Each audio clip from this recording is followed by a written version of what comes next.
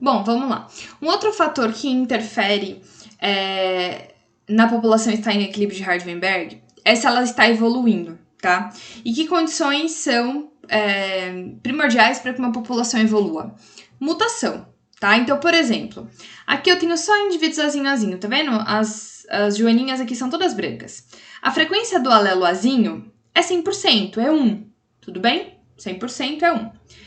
Quando eu começo a produzir gametas, óvulos e espermatozoides, automaticamente, se eu só tenho azinho, todos os óvulos deveriam ser azinho.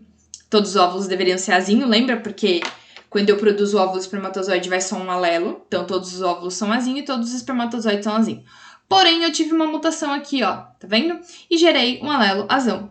O que acontece é que essa mutação é uma mutação aleatória e transformou o azinho em azão. Nesse caso, nessa população aqui que foi originada dessa aqui, eu tenho agora um novo genótipo, que é o meu azão-azinho. O que mudou? Mudou a frequência, tá? Porque aqui, ó, eram 100% dos indivíduos tinham um alelo azinho só. Aqui agora, eu tenho 0,95% desses indivíduos, 0,95, né? Ou 95% desses indivíduos com alelo azinho, e agora eu tenho um novo alelo que é 0,5% ou 0,05% de frequência do meu azão, tudo bem? Então, a mutação ela acaba alterando a frequência dos alelos de uma geração para outra, e isso acaba rompendo o equilíbrio. Um outro fator é a deriva genética. Derivas genéticas são eventos aleatórios que acontecem que podem selecionar intencionalmente, não intencionalmente, alguns fenótipos, tudo bem? Diferente de seleção natural, que seleciona as características que são mais aptas. Então, aqui, por exemplo, eu tinha indivíduos que eram azão-azinho. Aí, a frequência do azão era 0,3 e a frequência do azinho era 0,7, tudo bem?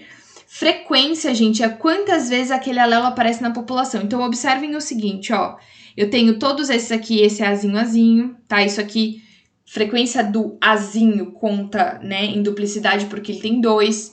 Aqui ele tem um azinho, aqui tem um azinho, aqui, enfim. O azão, ele tava em menor frequência. Então, eu tinha 1, 2, 3, 4, 5, 6 azões. Então, isso me dá uma frequência de 0,3 azão para 0,7 azinho.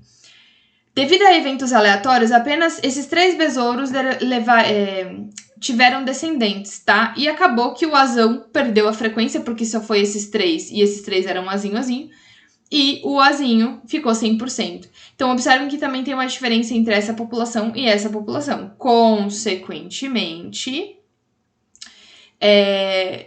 eu mudo, então eu não tenho mais o equilíbrio aqui, tá? Seleção natural. Ambientes de rochas escuras, besouros cinza claro são vistos e comidos por pássaros com mais frequência. Então, eu favoreço quem? Os besouros, né? Joaninha, sei lá. Cinza escuro, né? Então, a frequência inicial dessa população era 0,3 de azão para 0,7 de azinho. Eu tinha mais os branquinhos, tá?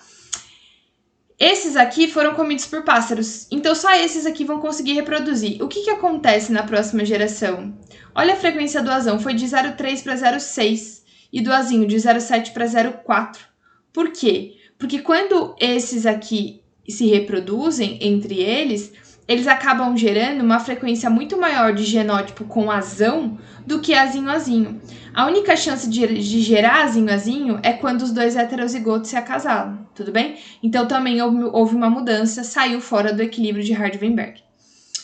Migração também é um fator evolutivo aí que contribui, é um fator que contribui para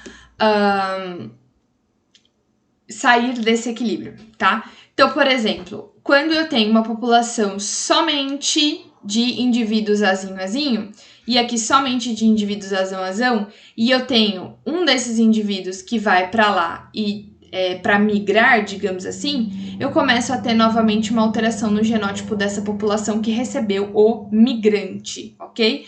Toda vez que eu tenho alteração no genótipo e fenótipo da população, eu tenho alteração no equilíbrio de Hardenberg, tá?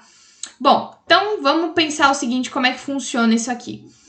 Cada indivíduo, tá? Supondo que só existe apenas o alelo azão e o alelo azinho, tá?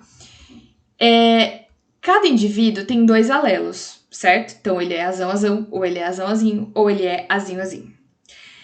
nós mudamos a nomenclatura aqui para ficar mais fácil a conta, tá? Então, todo meu azão, ele vai ser chamado de P e todo meu azinho vai ser chamado de Q, tá?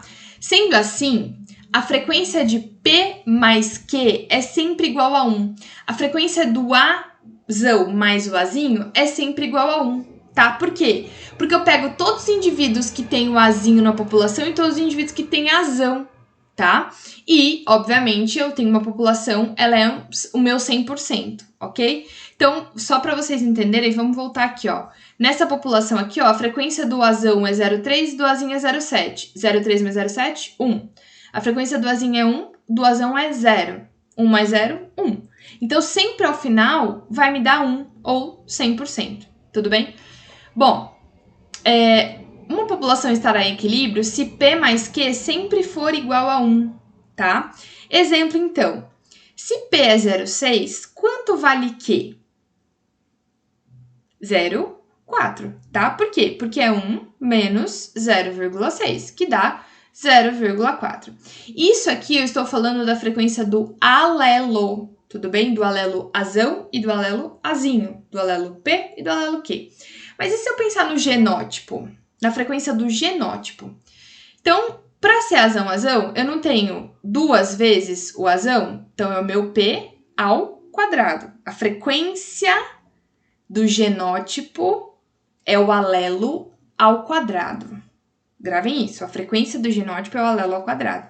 Então, se eu tenho, por exemplo, 0,4 vezes 0 ao quadrado vai dar 0,16, tudo bem? Então, azão, P ao quadrado. Azão, azinho, 2 vezes P vezes Q. Por quê? Porque eu tenho dois alelos diferentes, tudo bem? Então, eu tenho uma vez o P e uma vez o Q. Então, eu tenho 2PQ. E o azinho, meu Q ao quadrado, certo? Eu tenho duas vezes o alelo azinho, tudo bem? Respondam a pergunta abaixo e voltamos no próximo vídeo.